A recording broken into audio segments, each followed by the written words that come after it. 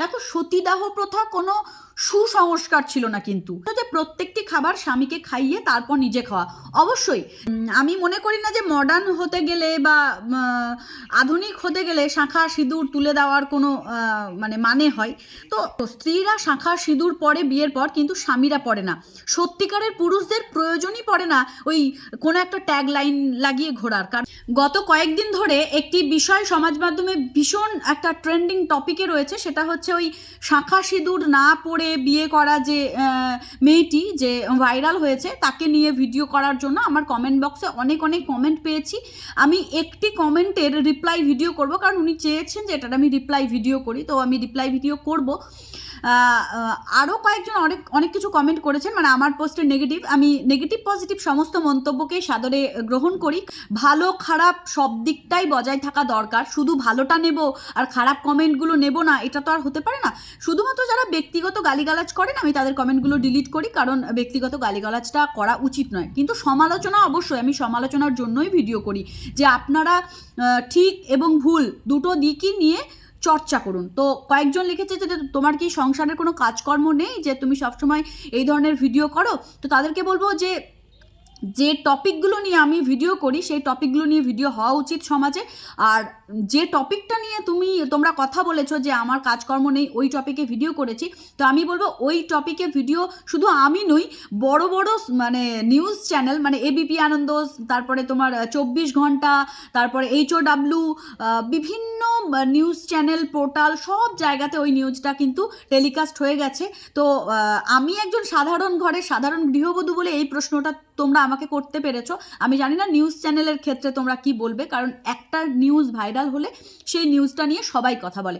তো এবারে আসি যে কমেন্টে আমি রিপ্লাই ভিডিও করবো। আগে কমেন্টটা পড়ে নিই, তোমরা একটু শোনো, কারণ প্রত্যেকেরই দরকার আছে এই কমেন্টের রিপ্লাইটা দেখা। কেননা উনি এমন কিছু মন্তব্য করেছেন, উনি আমাকে বাজে ভাষায় আক্রমণ করেননি, উনি লিখেছেন যে আমি কয়েকটা প্রশ্ন করছি, এই প্রশ্নের উত্তর দেবে। তো আজকের ভিডিওটা তোমার জন্যই রইলো। আমি তোমার নাম হাইড করছি, কেননা আমি চাই না যে অন্য কেউ তোমার নাম দেখে তোমার প্রোফাইল পর্যন্ত পৌঁছে যাক। শুধু তুমি জানবে তুমি কে, আমি জানবো তুমি কে, আর তোমার কমেন্টটা মানে একদম সার্বজনীন ভাইরাল করা হবে। তো দেখো, উনি লিখছেন, আপনি হিন্দু ধর্মের সংস্কার নিয়ে খুব চিন্তিত, সত্যি খুব ভালো, থ্যাংক ইউ সো মাচ। সতীদাহ প্রথাটা একসময় হিন্দু ধর্মের সংস্কার ছিল, কেমন লুপ্ত হয়ে গেছে, পশু বলিও তো অনেক কমে গেছে, আপনার নিশ্চয়ই খুব খারাপ লাগে। যাকে আপনি তো আবার সংস্কারগুলো ধরে রেখেছেন, যেমন গুরুজনদের সামনে এক গলা ঘুমটা দেওয়া, বাড়িতে 24 ঘন্টা ম্যাক্সি না পরে 8 পৌড়ে করে শাড়ি পরা, প্রত্যেকবার প্রত্যেকটি খাবার স্বামীকে খাইয়ে তারপর নিজে খাওয়া, ভোরবেলা উঠে উঠোনে গোবর ছড়া দেওয়া, স্বামীর পা ধুয়ে নিজের চুল দিয়ে মুছিয়ে দেওয়া, স্বামীর নাম উচ্চারণ না করে আপনি করে কথা বলা, বাইরের লোকের সামনে চুল ছেড়ে না আসা ইত্যাদি। আপনি যখন বলেছেন কমেন্ট করতে, আপনি যদি সৎ হন তবে আমার কমেন্টগুলো না দেখার ভান করে চুপ করে থাকবেন না, ডিলিট করবেন না। এখানে যেহেতু তুমি কয়েকটা বিষয় তুলেছো, আমি অবশ্যই তোমার প্রত্যেকটা বিষয়ের পুঙ্খানুপুঙ্খভাবে জবাব দেবো। হ্যাঁ, আমি যে অসৎ নই তার প্রমাণ তো তোমাকে দেওয়ার কোনো দরকার নেই। আমি জানি আমি সৎ না অসৎ, এবং আমার ঈশ্বর সেটা জানেন। তাই দুনিয়াকে আমি সৎ না অসৎ প্রমাণ করার জন্য রিপ্লাই ভিডিও করছি না। আমার শুধু তোমার মন্তব্যকে ক্ল্যারিফাইড করার দরকার আছে। সেটা হচ্ছে কেন, দেখো, তুমি এখানে সংস্কার শব্দটাকে ব্যবহার করেছো। এবার সংস্কার অনেকটা ওই গন্ধ শব্দটার মতন, বুঝলে না? তো আমি বুঝিয়ে বলছি। সংস্কার আর গন্ধ দুটো শব্দই একই রকম। গন্ধর সঙ্গে যেমন সুগন্ধ আর দুর্গন্ধ যোগ করলে দুটো পুরো বিপরীত মেরুর হয়ে যায়, সেরকম সংস্কার শব্দের সঙ্গে সুসংস্কার আর অপসংস্কার বা কুসংস্কার শব্দ দুটি যোগ করে দিলে দুটো কিন্তু বিপরীত হয়ে যায়। তাই তুমি এখানে কয়েকটা বিষয় তুলে ধরেছো, সেই বিষয়গুলি হচ্ছে সতীদাহ প্রথা, পশু বলি। দেখো, সতীদাহ প্রথা কোনো সুসংস্কার ছিল না, কিন্তু এটা একটা অপসংস্কৃতি ছিল, এটা সমাজের জন্য অপসংস্কার ছিল।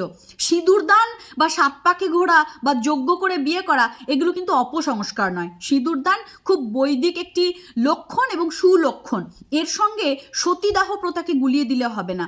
এবার আমি বলেছি সংস্কৃতি ধরে রাখার কথা, তুমি বলতে চাইছো সংস্কার, কিন্তু তুমি অপসংস্কারের সঙ্গে সুসংস্কারগুলোকে জড়িয়ে ফেলতে পারো না। আমি শুধু সিঁদুর, শাঁখা, পলা এগুলোকে ধরে রাখার কথা বলেছি। আমি কখনো কোনো ভিডিওতে বলি না যে সতীদাহ প্রথা সুসংস্কার ছিল।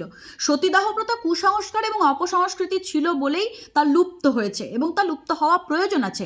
আদেও আমার এগুলো নিয়ে খারাপ লাগে না, বরং ভালো লাগে যে রাজা রামমোহন রায় ছিলেন বলে আজকে এই সমাজে সতীদাহ প্রথার মতন একটা অপসংস্কৃতি ছড়িয়ে নেই। তাই তুমি যদি ওই দুর্গন্ধ সুগন্ধকে গুলিয়ে ফেলো, এর দায়িত্ব আর আমাকে নিতে হতে পারে না, তাই না? তো তুমি তোমার সেকেন্ড প্যারাটায় যাচ্ছি। তুমি বলেছো যে গুরুজনদের সামনে এক গলা ঘোমটা দেওয়া। আগেকার যুগে গুরুজনদের সামনে এক গলা ঘোমটা দেওয়ার রীতি ছিল, এখনো অনেক মেয়ে গ্রাম্য সাইডে ঘোমটা দেয়, আবার উঠেও গেছে।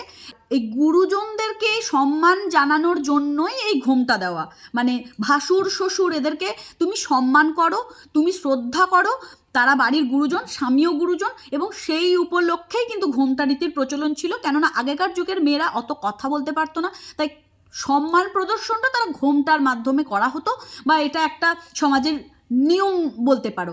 যেহেতু আগেকার যুগে ওই মাথায় ঘোমটা দিয়ে সম্মান প্রদর্শন করা হতো, আর এখন মানুষ বিশেষে সম্মান প্রদর্শন করা হয়, সেজন্য মেয়েদেরকে সবসময় ঘোমটা দিয়েই সম্মান প্রদর্শন করতে হবে এমন কথা নেই। মুখের কথা দিয়েও সম্মান করা যায় ভাসুরকে, শ্বশুরকে। অবশ্যই তারা সম্মানেরই ব্যক্তি, কিন্তু তাদের যদি মেন্টালিটি নষ্ট হয়ে থাকে বা খারাপ হয়ে থাকে, তারা শ্বশুর হোক কিংবা ভাসুর, তাকে সম্মান জানানোর কোনো প্রয়োজন নেই। যদি স্বামীও হয়, সেক্ষেত্রেও যদি তারা মানুষ হিসাবে খারাপ হয়ে থাকেন, তবে এমনটা নয় যে সে স্বামী বলেই সমস্ত সম্মান তাকে করতে হবে। তো আমি খুব প্র্যাকটিক্যাল কথা বলি, আমি অন্ধ নই, আমি চোখ বন্ধ করে বিচার করি না। আমি মানুষ বুঝে, মানুষের ব্যক্তি বুঝে, তার ব্যক্তিত্ব বুঝে তাকে সম্মান করাটাকেই আসল বিষয় বলেই মনে করি। তো এবারে তুমি তোমার কমেন্টে লিখেছো যে প্রত্যেকটি খাবার স্বামীকে খাইয়ে তারপর নিজে খাওয়া। অবশ্যই যে খাবারগুলো আমি বাড়িতে নিজে তৈরি করি, সেই খাবারগুলো আমি সবার প্রথমে আমার স্বামী সন্তানদেরকেই দিই এবং তারপর আমি নিজে খাই। একইভাবে আমার স্বামী বাইরে থেকে কোনো ভালো খাবার নিয়ে এলো, কিংবা সে নিজে বাড়িতে কোনো কিছু রান্না করলো, সে সবার প্রথমে নিজে না খেয়ে আমাকে খাওয়ায়, আমার সন্তানদেরকে খাওয়ায়।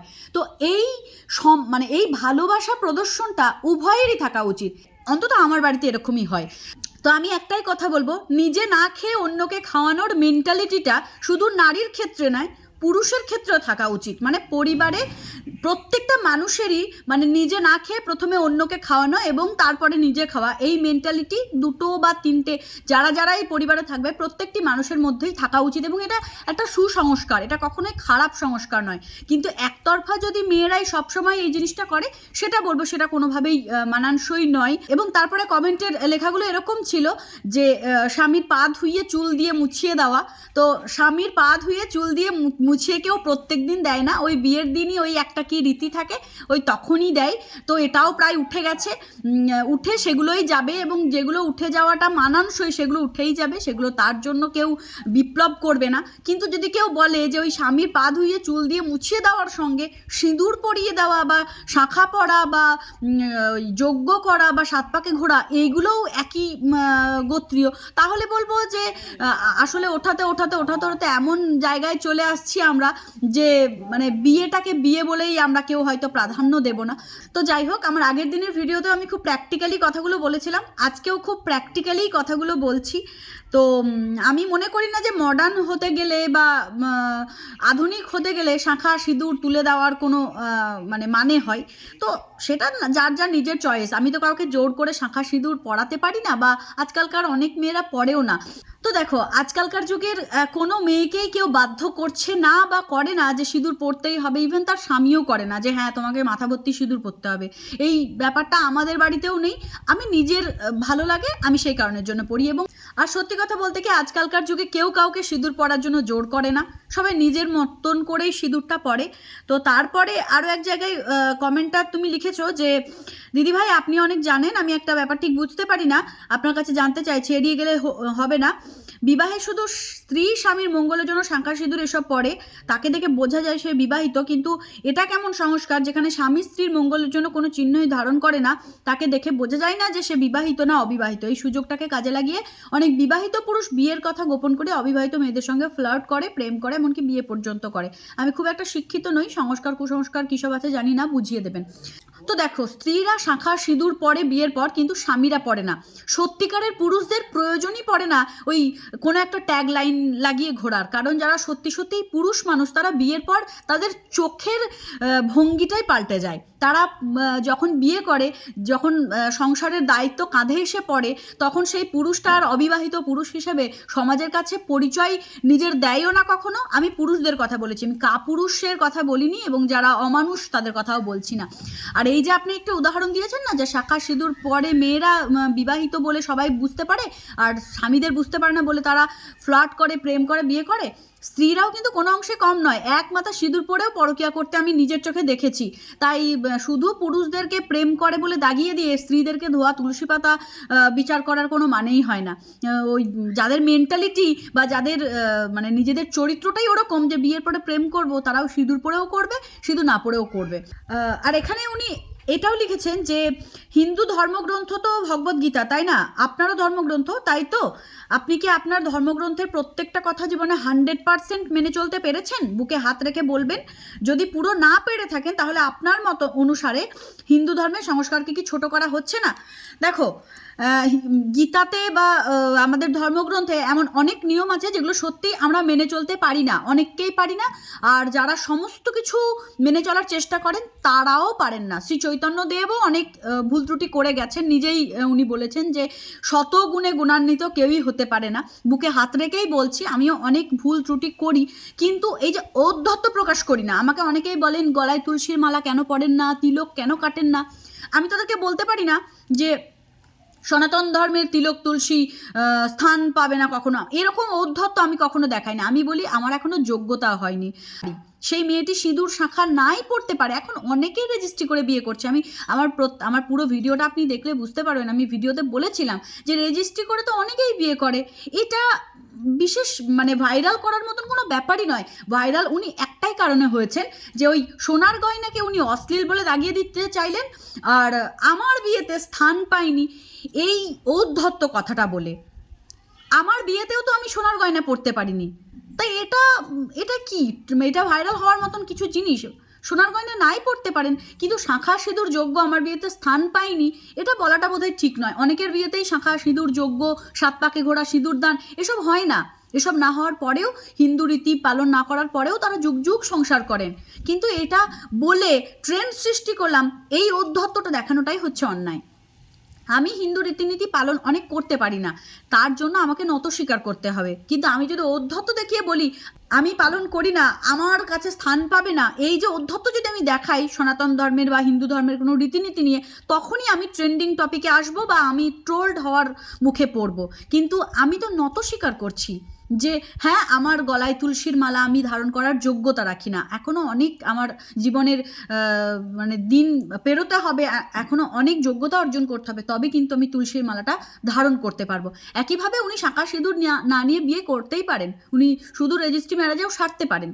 তো সেটার জন্য সমাজ মাধ্যমে এসে ওইভাবে ঔদ্ধত্য দেখিয়ে বলাটার কোনো দরকারই ছিল না। উনি শুধুমাত্র ওই ভাইরাল হবেন বলে এই জিনিসটা করেছেন, এবং সেটা উনি হয়েছেনও। এবং আমি বলবো যে যারা যারা এই জিনিসটাকে বলছেন, চোখ বন্ধ করে যারা সাপোর্ট করছেন, তাদেরকে বলবো যে অনেকটা আবেগ দেখানো হয়ে যাচ্ছে না? এত আবেগই কেন? শুধু বিয়ের দিনেই তো মানুষ সিঁদুরটা পরে, তারপর থেকে তো অনেকেই সিঁদুর পরে না, কেউ জোর করে না আজকালকার যুগে সিঁদুর শাঁখা পড়ো, মানে মাথায় ঘোমটা দাও, কেউ বলেই না। আর পালনও করে না অনেকে, আমরাও অনেক সময় অনেক কিছু পালন করি না। তো তাতে কি হয়েছে? কিন্তু সেটা তো জাহির করার মতন কিছু নয়, বাহবা পাওয়ার মতন কিছু নয়। আমি সিঁদুর পরি না, আমার পড়তে ইচ্ছে করে না, আমি শাঁখা সিঁদুর পরছি না, সেটা হ্যাঁ আমি পড়ছি না, আমার ইচ্ছে করছে না, কিন্তু সেটা তো কোনো মানে ট্রেন্ড সৃষ্টি করার মতন কিছু নয়, বা আমাকে ফলো করতে হবে, আমি ঝাঁসির রানী লক্ষ্মীবাই তো নয়। আর একটা কথা, মানুষ ফেমিনিজমের উদাহরণ দিচ্ছে, বলছে এটা নাকি নারীবাদী। নারীবাদী হতে গেলে ঝাঁসির রানী লক্ষ্মীবাইকে কপি করুন, 6 মাসের সন্তান বুকে নিয়ে তিনি যুদ্ধ করেছিলেন। এই রকম নারীবাদী হতে শিখুন। ফেমিনিজম একে বলে, ঝাঁসি রানী লক্ষ্মীবাইকে বলে। এই শাঁখা সিঁদুর পরবো না, ট্রেন্ড সৃষ্টি করে ফেলবো, ভাইরাল হব, এগুলোকে বলে না। আর যারা যারা আমাকে গালমন্দ করছেন তাদেরকে বলবো আমি ভীষণভাবে খুশি হচ্ছি, আমার কোনো আসে যায় না যে কেউ আমাকে গালমন্দ করছে। হ্যাঁ, সমালোচনার কাজ করলে তো সমালোচিত হবই, আমি তো সমালোচনার কাজ করছি, আমি একটা বিষয় নিয়ে বিতর্ক করছি, তো স্বাভাবিক আমাকে নিয়ে সমালোচনা হবে। তো সেটা নিয়ে আমার রাগ করতে গেলে হবে না। আমার ভালো খারাপ দুই ধরনের কমেন্টই আসবে, এবং সেটাকে আমি গ্রহণ করতে সর্বদা প্রস্তুত। শুধুমাত্র যারা ব্যক্তিগত গালিগালাজ করেন আমি তাদেরকে এড়িয়ে চলার চেষ্টা করি, কারণ ব্যক্তিগত গালিগালাজ করাটা, আমিও ওনাকে সেদিন ভিডিও করেছি শুধুই, কিন্তু ব্যক্তিগত কোনো গালিগালাজ করিনি। আমি শুধু বলেছি এতটা ঔদ্ধত্য দেখানো কি আছে, বাহবার কি আছে, এটা সিঁদুর নাই পড়তে পারো, সিঁদুর পরে বিয়ে করনি, রেজিস্ট্রি ম্যারেজ করেছো, রেজিস্ট্রি ম্যারেজটাকে এত হাইফাই করে ফেলেছো শুধুমাত্র হিন্দু রীতিনীতির কথাগুলো বলে আর সোনা গয়নাকে অশ্লীল বলে। আদারওয়াইজ তোমার বিয়েটা এমন কিছু ব্যাপার নয়, এরকম অনেকেই করে। তো যাই হোক, আশা করি আমি বোঝাতে সক্ষম হয়েছি বা সক্ষম হইনি, আমার আর ক্ষমতা নেই, আমি মোটামুটির ওপরে বলেছি যতটুকু সম্ভব। তো আজকের ভিডিওটা এখানেই শেষ করছি, অনেক বেশি কথা বললাম। ভালো থাকবেন, সুস্থ থাকবেন, আর পেজের ভিডিওগুলো ভালো লাগলে অবশ্যই গঠনমূলক কমেন্ট করবেন। আমি প্রত্যেকের মন্তব্য পড়ি এবং আমি জানি যে একটি পোস্ট করলে নেগেটিভ পজিটিভ সব ধরনের মন্তব্য আমায় পেতে হবে, এবং তার জন্য আমি কোনোভাবেই কুণ্ঠিত নই। তো চলুন, দেখা হচ্ছে নতুন একটি ভিডিওতে।